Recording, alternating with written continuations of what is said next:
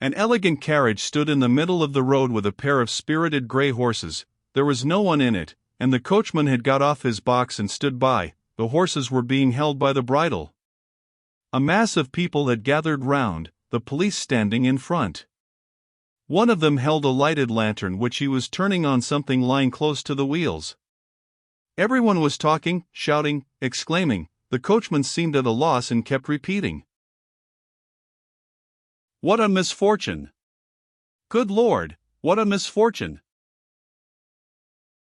Raskolnikov pushed his way in as far as he could, and succeeded at last in seeing the object of the commotion and interest. On the ground a man who had been run over lay apparently unconscious, and covered with blood. He was very badly dressed, but not like a workman. Blood was flowing from his head and face. His face was crushed, mutilated, and disfigured. He was evidently badly injured. "Merciful heaven," wailed the coachman, "what more could I do? If I'd been driving fast or had not shouted to him, but I was going quietly, not in a hurry. Everyone could see I was going along just like everybody else. A drunken man can't walk straight, we all know.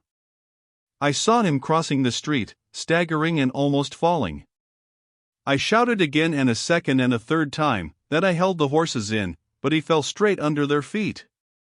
Either he did it on purpose or he was very tipsy. The horses are young and ready to take fright, they started," he screamed, "that made them worse. That's how it happened." "That's just how it was," a voice in the crowd confirmed. "He shouted, that's true, he shouted 3 times, another voice declared. 3 times it was, we all heard it, shouted a third. But the coachman was not very much distressed and frightened. It was evident that the carriage belonged to a rich and important person who was awaiting it somewhere. The police, of course, were in no little anxiety to avoid upsetting his arrangements. All they had to do was to take the injured man to the police station and the hospital. No one knew his name. Meanwhile Raskolnikov had squeezed in and stooped closer over him. The lantern suddenly lighted up the unfortunate man's face. He recognized him. "I know him! I know him!" he shouted, pushing to the front. "It's a government clerk retired from the service, Marmeladov. He lives close by in Kozel's house. Make haste for a doctor. I will pay, see?" He pulled money out of his pocket and showed it to the policeman. He was in violent agitation. The police were glad that they had found out who the man was. Raskolnikov gave his own name and address, and, as earnestly as if it had been his father, he besought the police to carry the unconscious Marmeladov to his lodging at once. "Just here, 3 houses away," he said eagerly. "The house belongs to Kozel, a rich German. He was going home, no doubt drunk. I know him, he is a drunkard. He has a family there, a wife, children, he has 1 daughter. It will take time to take him to the hospital, and there is sure to be a doctor in the house. I'll pay. At least he will be looked after at home, they will help him at once. But he'll die before you get him to the hospital." He managed to slip something unseen into the policeman's hand. But the thing was straightforward and legitimate, and in any case help was closer here. They raised the injured man, people volunteered to help. Kozel's house was 30 yards away. Raskolnikov walked behind, carefully holding Marmeladov's head and showing the way. This way. We must take him upstairs head foremost. Turn round.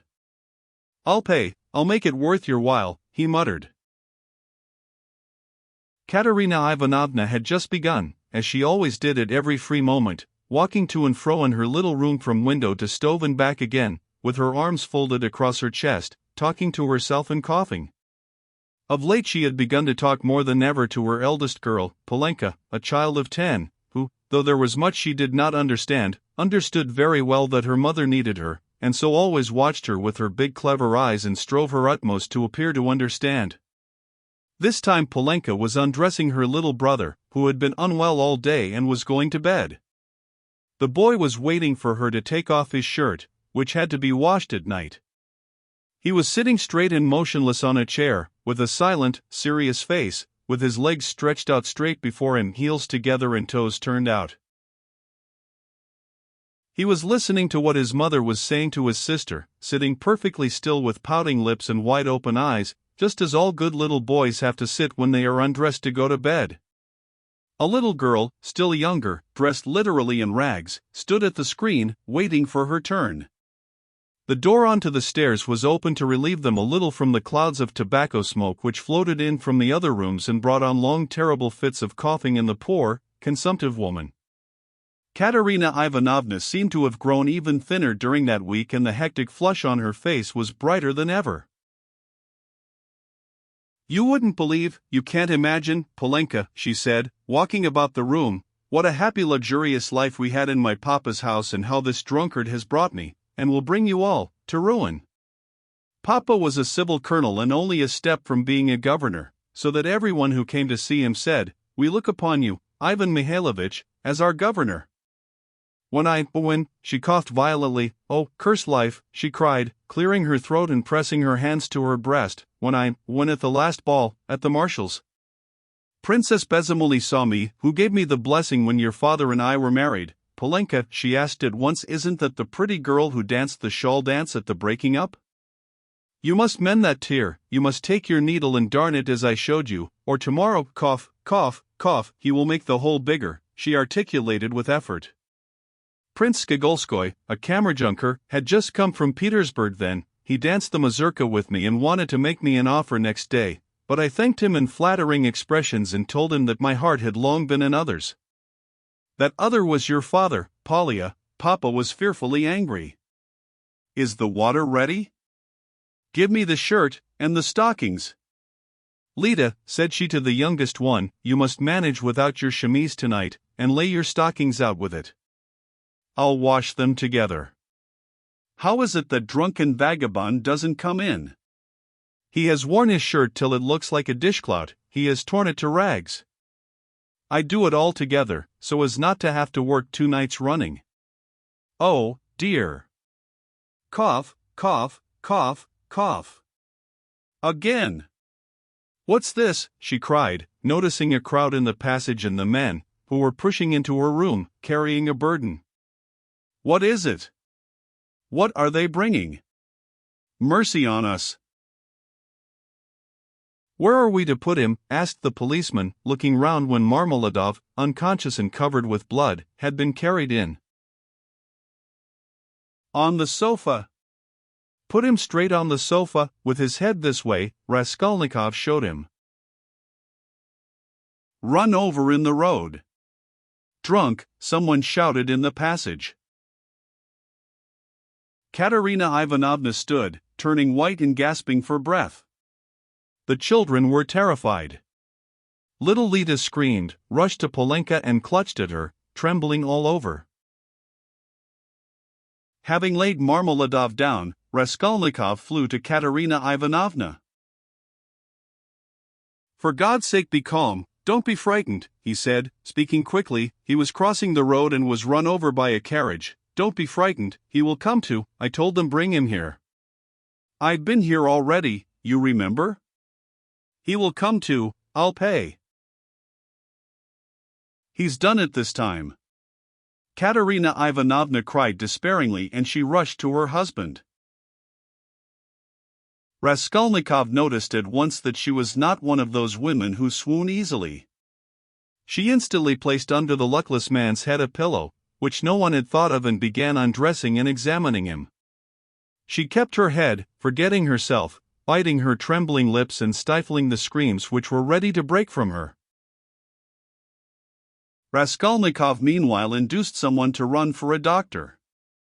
There was a doctor, it appeared, next door but one.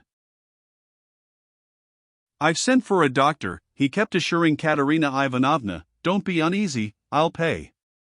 Haven't you water?" And give me a napkin or a towel, anything, as quick as you can. He is injured, but not killed, believe me. We shall see what the doctor says." Katerina Ivanovna ran to the window. There, on a broken chair in the corner, a large earthenware basin full of water had been stood, in readiness for washing her children's and husband's linen that night. This washing was done by Katerina Ivanovna at night at least twice a week, if not oftener. For the family had come to such a pass that they were practically without change of linen, and Katerina Ivanovna could not endure uncleanliness and, rather than see dirt in the house, she preferred to wear herself out at night, working beyond her strength when the rest were asleep, so as to get the wet linen hung on a line and dry by the morning. She took up the basin of water at Raskolnikov's request, but almost fell down with her burden. But the latter had already succeeded in finding a towel, wetted it and began washing the blood off Marmeladov's face. Katerina Ivanovna stood by, breathing painfully and pressing her hands to her breast. She was in need of attention herself. Raskolnikov began to realize that he might have made a mistake in having the injured man brought here. The policeman, too, stood in hesitation. "Polenka," cried Katerina Ivanovna, "run to Sonia, make haste. If you don't find her at home, leave word that her father has been run over and that she is to come here at once, when she comes in. Run, Polenka. There, put on the shawl. Run your fastest," cried the little boy on the chair suddenly, after which he relapsed into the same dumb rigidity, with round eyes, his heels thrust forward and his toes spread out. Meanwhile the room had become so full of people that you couldn't have dropped a pin. The policeman left, all except one, who remained for a time, trying to drive out the people who came in from the stairs. Almost all Madame Lippevechsel's lodgers had streamed in from the inner rooms of the flat. At first they were squeezed together in the doorway, but afterwards they overflowed into the room. Katerina Ivanovna flew into a fury. "You might let him die in peace, at least," she shouted at the crowd. "Is it a spectacle for you to gape at? With cigarettes. Cough, cough, cough. You might as well keep your hats on. And there is one in his hat. Get away. You should respect the dead, at least." Her cough choked her, but her reproaches were not without result. They evidently stood in some awe of Katerina Ivanovna. The lodgers, one after another, squeezed back into the doorway with that strange inner feeling of satisfaction which may be observed in the presence of a sudden accident, even in those nearest and dearest to the victim, from which no living man is exempt, even in spite of the sincerest sympathy and compassion. Voices outside were heard, however, speaking of the hospital and saying that they'd no business to make a disturbance here. "No business to die," cried Katerina Ivanovna, and she was rushing to the door to vent her wrath upon them, but in the doorway came face to face with Madame Lippevechsel, who had only just heard of the accident and ran in to restore order. She was a particularly quarrelsome and irresponsible German. "Ah, my God," she cried, clasping her hands, "your husband drunk and horses have trampled. To the hospital with him. I am the landlady." "Amalia Ludwigovna, I beg you to recollect what you are saying," Katerina Ivanovna began haughtily. She always took a haughty tone with the landlady that she might remember her place and even now could not deny herself this satisfaction. "Amalia Ludwigovna. I have you once before told that you to call me Amalia Ludwigovna may not dare. I am Amalia Ivanovna." "You are not Amalia Ivanovna, but Amalia Ludwigovna, and as I am not one of your despicable flatterers like Mr. Lebeziatnikov, who's laughing behind the door at this moment," a laugh and a cry of "they are at it again" was in fact audible at the door, "so I shall always call you Amalia Ludwigovna, though I fail to understand why you dislike that name. You can see for yourself what has happened to Semyon Zaharovich. He is dying. I beg you to close that door at once and to admit no one. Let him at least die in peace. Or I warn you the Governor General, himself, shall be informed of your conduct tomorrow." The prince knew me as a girl, he remembers Semyon Zaharovich well and has often been a benefactor to him. Everyone knows that Semyon Zaharovich had many friends and protectors whom he abandoned himself from an honorable pride, knowing his unhappy weakness, but now, she pointed to Raskolnikov, a generous young man has come to our assistance who has wealth and connections and whom Semyon Zaharovich has known from a child. You may rest assured, Amalia Ludwigovna. All this was uttered with extreme rapidity, getting quicker and quicker, but a cough suddenly cut short Katerina Ivanovna's eloquence. At that instant the dying man recovered consciousness and uttered a groan. She ran to him. The injured man opened his eyes and without recognition or understanding gazed at Raskolnikov, who was bending over him. He drew deep, slow, painful breaths, blood oozed at the corners of his mouth and drops of perspiration came out on his forehead. Not recognizing Raskolnikov, he began looking round uneasily. Katerina Ivanovna looked at him with a sad but stern face, and tears trickled from her eyes. My God! His whole chest is crushed. How he is bleeding, she said in despair. We must take off his clothes. Turn a little, Semyon Zaharovich, if you can, she cried to him. Marmeladov recognized her. A priest, he articulated huskily. Katerina Ivanovna walked to the window, laid her head against the window frame and exclaimed in despair. Oh, cursed life!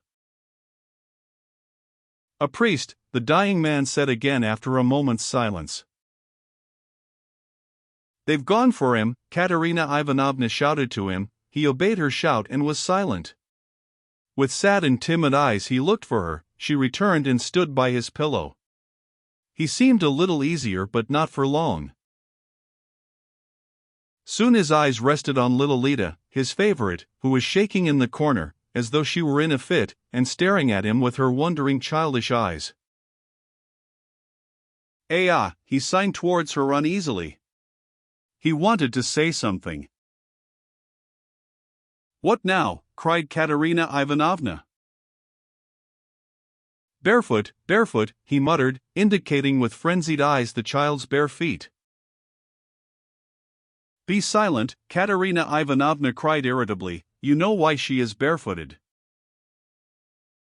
Thank God, the doctor, exclaimed Raskolnikov, relieved.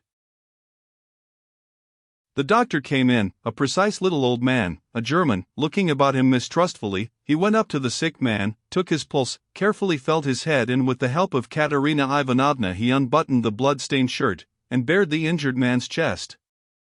It was gashed, crushed and fractured, several ribs on the right side were broken. On the left side, just over the heart, was a large, sinister-looking yellowish-black bruise, a cruel kick from the horse's hoof. The doctor frowned. The policeman told him that he was caught on the wheel and turned round with it for 30 yards on the road. It's wonderful that he has recovered consciousness, the doctor whispered softly to Raskolnikov. What do you think of him? He asked. He will die immediately. Is there really no hope? Not the faintest. He is at the last gasp. His head is badly injured, too. I could bleed him if you like, but it would be useless. He is bound to die within the next 5 or 10 minutes. Better bleed him then. If you like. But I warn you it will be perfectly useless. At that moment other steps were heard, the crowd in the passage parted, and the priest, a little, grey old man, appeared in the doorway bearing the sacrament. A policeman had gone for him at the time of the accident. The doctor changed places with him, exchanging glances with him. Raskolnikov begged the doctor to remain a little while. He shrugged his shoulders and remained. All stepped back. The confession was soon over. The dying man probably understood little, he could only utter indistinct broken sounds. Katerina Ivanovna took little Lita, lifted the boy from the chair, knelt down in the corner by the stove and made the children kneel in front of her. The little girl was still trembling, but the boy, kneeling on his little bare knees, lifted his hand rhythmically, crossing himself with precision and bowed down, touching the floor with his forehead, which seemed to afford him a special satisfaction. Katerina Ivanovna bit her lips and held back her tears. She prayed, too, now and then pulling straight the boy's shirt, and managed to cover the girl's bare shoulders with a kerchief, which she took from the chest without rising from her knees or ceasing to pray. Meanwhile the door from the inner rooms was opened inquisitively again. In the passage the crowd of spectators from all the flats on the staircase grew denser and denser, but they did not venture beyond the threshold. A single candle end lighted up the scene. At that moment Polenka forced her way through the crowd at the door. She came in panting from running so fast, took off her kerchief, looked for her mother, went up to her and said, "She's coming, I met her in the street." Her mother made her kneel beside her. Timidly and noiselessly a young girl made her way through the crowd, and strange was her appearance in that room, in the midst of want, rags, death and despair.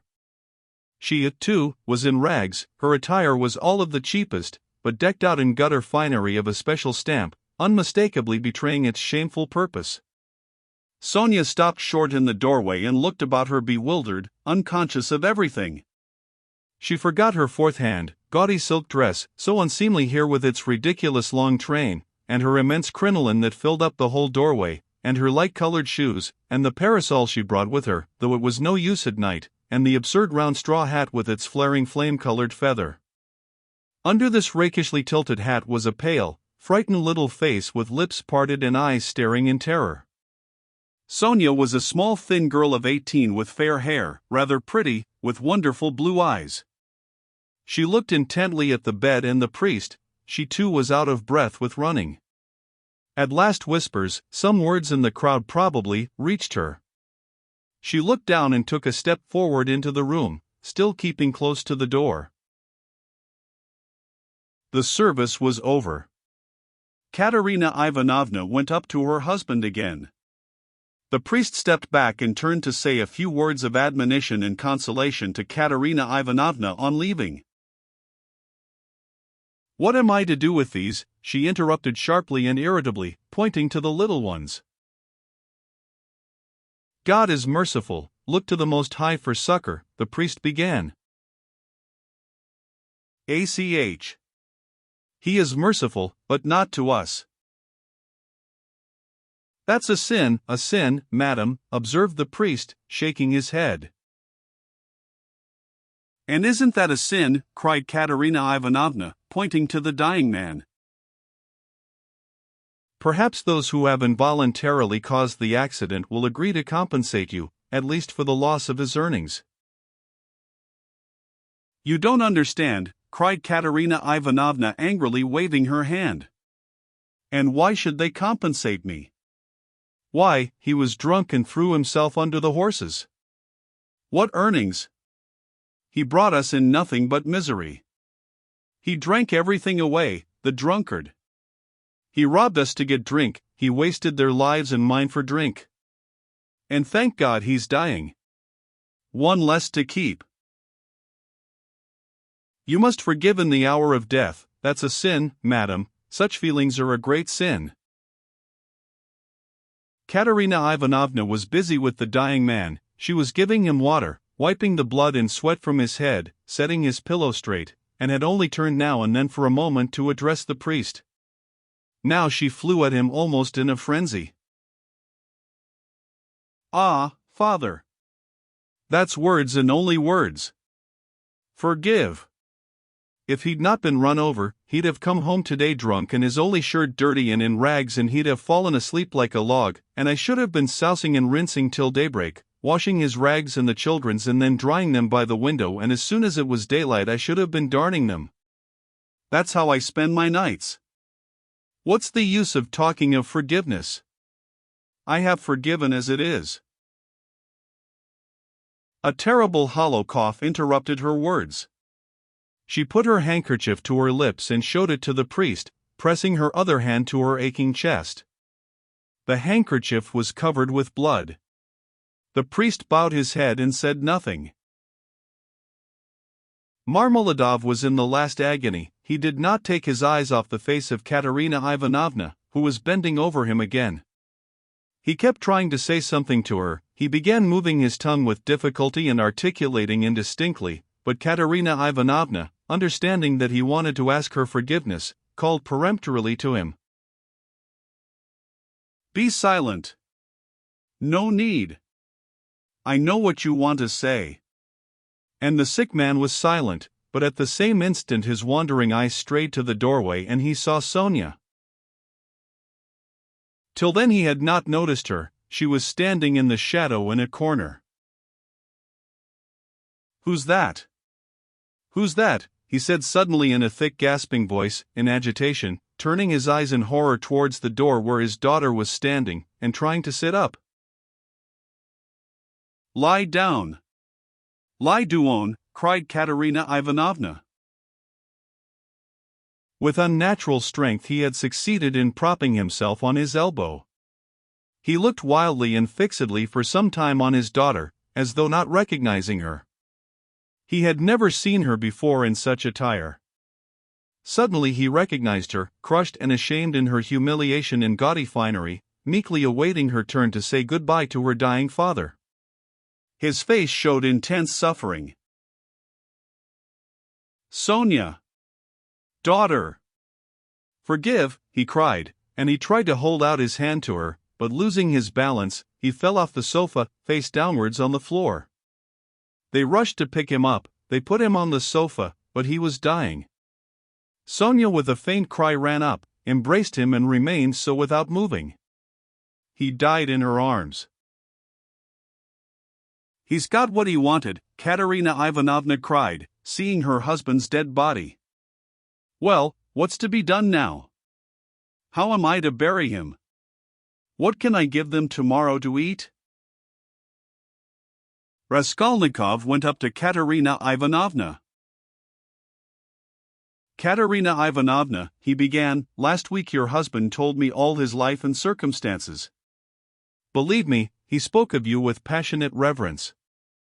From that evening, when I learned how devoted he was to you all and how he loved and respected you especially, Katerina Ivanovna, in spite of his unfortunate weakness, from that evening we became friends. Allow me now to do something, to repay my debt to my dead friend. Here are 20 rubles, I think, and if that can be of any assistance to you, then in short, I will come again, I will be sure to come again. I shall, perhaps, come again tomorrow. Goodbye." And he went quickly out of the room, squeezing his way through the crowd to the stairs. But in the crowd he suddenly jostled against Nikodym Fomitch, who had heard of the accident and had come to give instructions in person. They had not met since the scene at the police station, but Nikodym Fomitch knew him instantly. "Ah, is that you?" he asked him. "He's dead," answered Raskolnikov. "The doctor and the priest have been, all as it should have been. Don't worry the poor woman too much, she is in consumption as it is. Try and cheer her up, if possible, you are a kind-hearted man, I know," he added with a smile, looking straight in his face. "But you are spattered with blood," observed Nikodym Fomitch, noticing in the lamplight some fresh stains on Raskolnikov's waistcoat. "Yes. I'm covered with blood," Raskolnikov said with a peculiar air, then he smiled, nodded, and went downstairs. He walked down slowly and deliberately, feverish but not conscious of it, entirely absorbed in a new overwhelming sensation of life and strength that surged up suddenly within him. This sensation might be compared to that of a man condemned to death who has suddenly been pardoned. Halfway down the staircase he was overtaken by the priest on his way home. Raskolnikov let him pass, exchanging a silent greeting with him. He was just descending the last steps when he heard rapid footsteps behind him. Someone overtook him, it was Polenka. She was running after him, calling, "Wait! Wait!" He turned round. She was at the bottom of the staircase and stopped short a step above him. A dim light came in from the yard. Raskolnikov could distinguish the child's thin but pretty little face, looking at him with a bright childish smile. She had run after him with a message which she was evidently glad to give. "Tell me, what is your name? And where do you live?" she said hurriedly in a breathless voice. He laid both hands on her shoulders and looked at her with a sort of rapture. It was such a joy to him to look at her, he could not have said why. "Who sent you?" "Sister Sonia sent me," answered the girl, smiling still more brightly. "I knew it was Sister Sonia sent you. Mama sent me, too. When Sister Sonia was sending me, Mama came up, too, and said, 'Run fast, Polenka.'" "Do you love Sister Sonia?" "I love her more than anyone," Polenka answered with a peculiar earnestness, and her smile became graver. "And will you love me?" By way of answer he saw the little girl's face approaching him, her full lips naively held out to kiss him. Suddenly her arms as thin as sticks held him tightly, her head rested on his shoulder and the little girl wept softly, pressing her face against him. "I am sorry for father," she said a moment later, raising her tear-stained face and brushing away the tears with her hands. "It's nothing but misfortunes now," she added suddenly with that peculiarly sedate air which children try hard to assume when they want to speak like grown-up people. "Did your father love you?" "He loved Lida most," she went on very seriously without a smile, "exactly like grown-up people. He loved her because she is little and because she is ill, too. And he always used to bring her presents.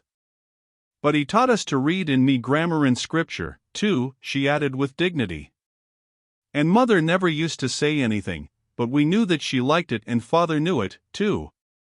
And mother wants to teach me French, for it's time my education began." "And do you know your prayers?"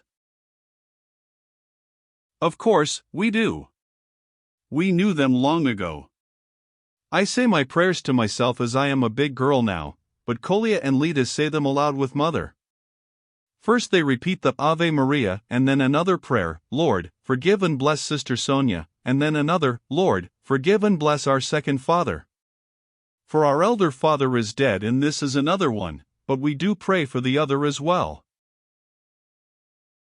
"Polenka, my name is Rodion. Pray sometimes for me, too. And thy servant Rodion, nothing more." "I'll pray for you all the rest of my life," the little girl declared hotly, and suddenly smiling again she rushed at him and hugged him warmly once more. Raskolnikov told her his name and address and promised to be sure to come next day. The child went away quite enchanted with him. It was past 10 when he came out into the street. In 5 minutes he was standing on the bridge at the spot where the woman had jumped in. "Enough," he pronounced resolutely and triumphantly. "I've done with fancies, imaginary terrors and phantoms. Life is real. Haven't I lived just now? My life has not yet died with that old woman. The kingdom of heaven to her, and now enough, madam, leave me in peace. Now for the reign of reason and light, and of will, and of strength, and now we will see. We will try our strength," he added defiantly, as though challenging some power of darkness. "And I was ready to consent to live in a square of space. I am very weak at this moment, but I believe my illness is all over. I knew it would be over when I went out. By the way, Pochinkov's house is only a few steps away. I certainly must go to Razumihin even if it were not close by. Let him win his bet. Let us give him some satisfaction, too, no matter. Strength is what one wants, you can get nothing without it, and strength must be won by strength, that's what they don't know," he added proudly and self-confidently, and he walked with flagging footsteps from the bridge. Pride and self-confidence grew continually stronger in him, he was becoming a different man every moment. What was it had happened to work this revolution in him? He did not know himself. Like a man catching at a straw, he suddenly felt that he, too, could live, that there was still life for him, that his life had not died with the old woman. Perhaps he was in too great a hurry with his conclusions, but he did not think of that. But I did ask her to remember thy servant Rodion in her prayers. The idea struck him. Well, that was, in case of emergency, he added and laughed himself at his boyish sally. He was in the best of spirits. He easily found Razumihin. The new lodger was already known at Pochinkov's and the porter at once showed him the way. Halfway upstairs he could hear the noise and animated conversation of a big gathering of people. The door was wide open on the stairs, he could hear exclamations and discussion. Razumihin's room was fairly large, the company consisted of 15 people. Raskolnikov stopped in the entry, where two of the landlady's servants were busy behind a screen with 2 samovars, bottles, plates, and dishes of pie and savories, brought up from the landlady's kitchen. Raskolnikov sent in for Razumihin. He ran out delighted. At the first glance it was apparent that he had had a great deal to drink and, though no amount of liquor made Razumihin quite drunk, this time he was perceptibly affected by it. "Listen," Raskolnikov hastened to say, "I've only just come to tell you you've won your bet and that no one really knows what may not happen to him. I can't come in, I am so weak that I shall fall down directly.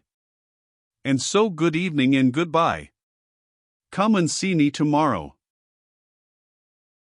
Do you know what? I'll see you home. If you say you're weak yourself, you must." "And your visitors?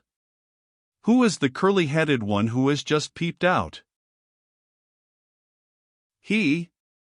Goodness only knows. Some friend of uncle's, I expect, or perhaps he has come without being invited. I'll leave uncle with them, he is an invaluable person, pity I can't introduce you to him now. But confound them all now.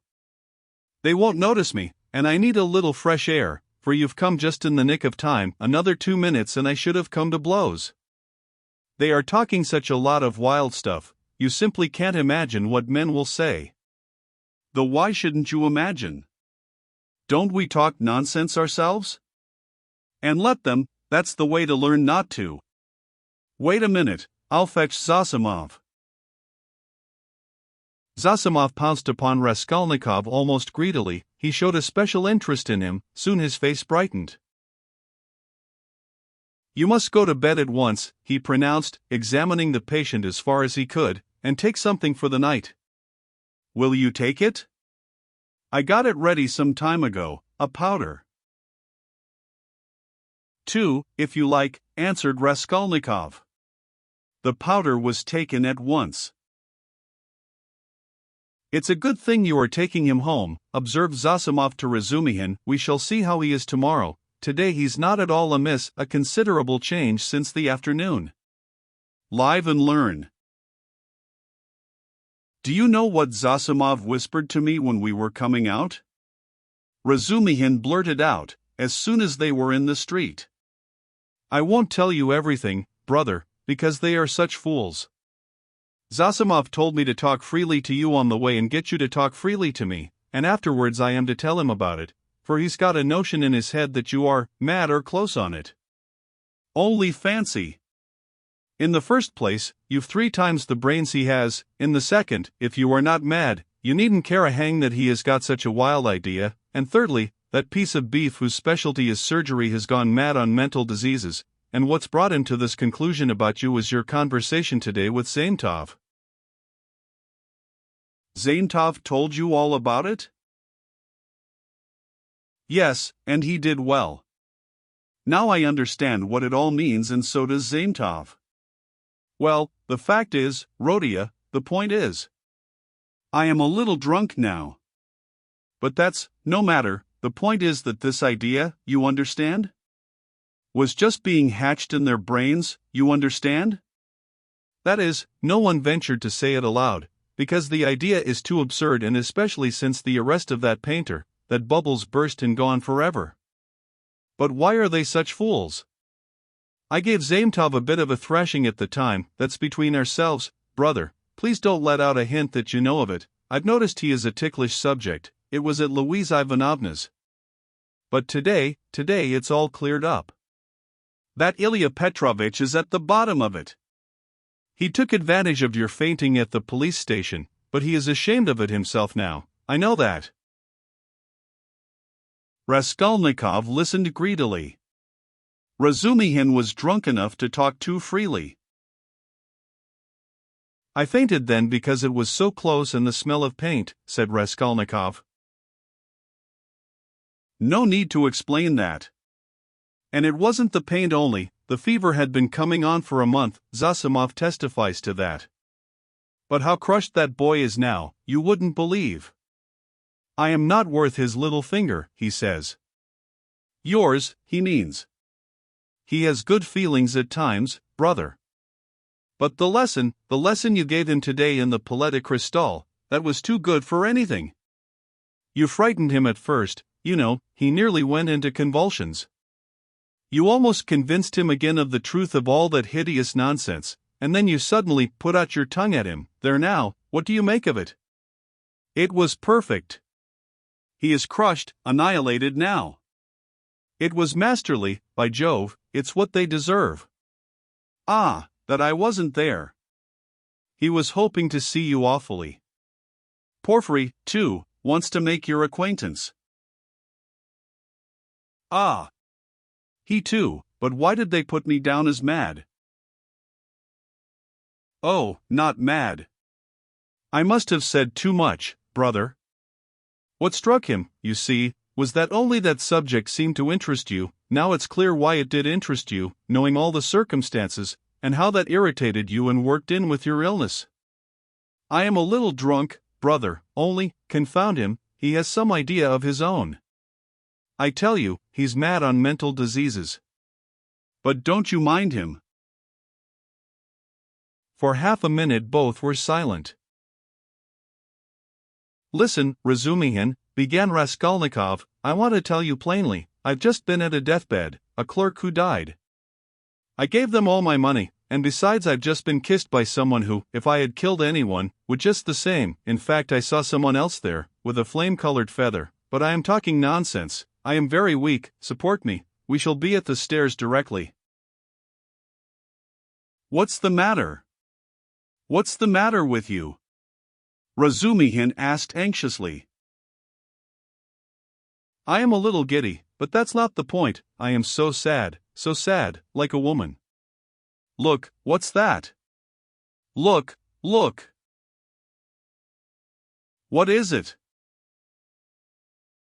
Don't you see? A light in my room, you see? Through the crack. They were already at the foot of the last flight of stairs, at the level of the landlady's door, and they could, as a fact, see from below that there was a light in Raskolnikov's garret. Queer. Nastasia, perhaps, observed Razumihin. She is never in my room at this time and she must be in bed long ago, but I don't care. Goodbye. What do you mean? I am coming with you, we'll come in together. I know we are going in together, but I want to shake hands here and say goodbye to you here. So give me your hand, goodbye. What's the matter with you, Rhodia? Nothing, come along, you shall be witness. They began mounting the stairs, and the idea struck Razumihin that perhaps Zosimov might be right after all. Ah, I've upset him with my chatter, he muttered to himself. When they reached the door they heard voices in the room. What is it? Cried Razumihin. Raskolnikov was the first to open the door. He flung it wide and stood still in the doorway, dumbfounded. His mother and sister were sitting on his sofa and had been waiting an hour and a half for him. Why had he never expected, never thought of them, though the news that they had started, were on their way and would arrive immediately, had been repeated to him only that day? They had spent that hour and a half plying Nastasia with questions. She was standing before them and had told them everything by now. They were beside themselves with alarm when they heard of his running away today, ill and, as they understood from her story, delirious. Good heavens, what had become of him? Both had been weeping, both had been in anguish for that hour and a half.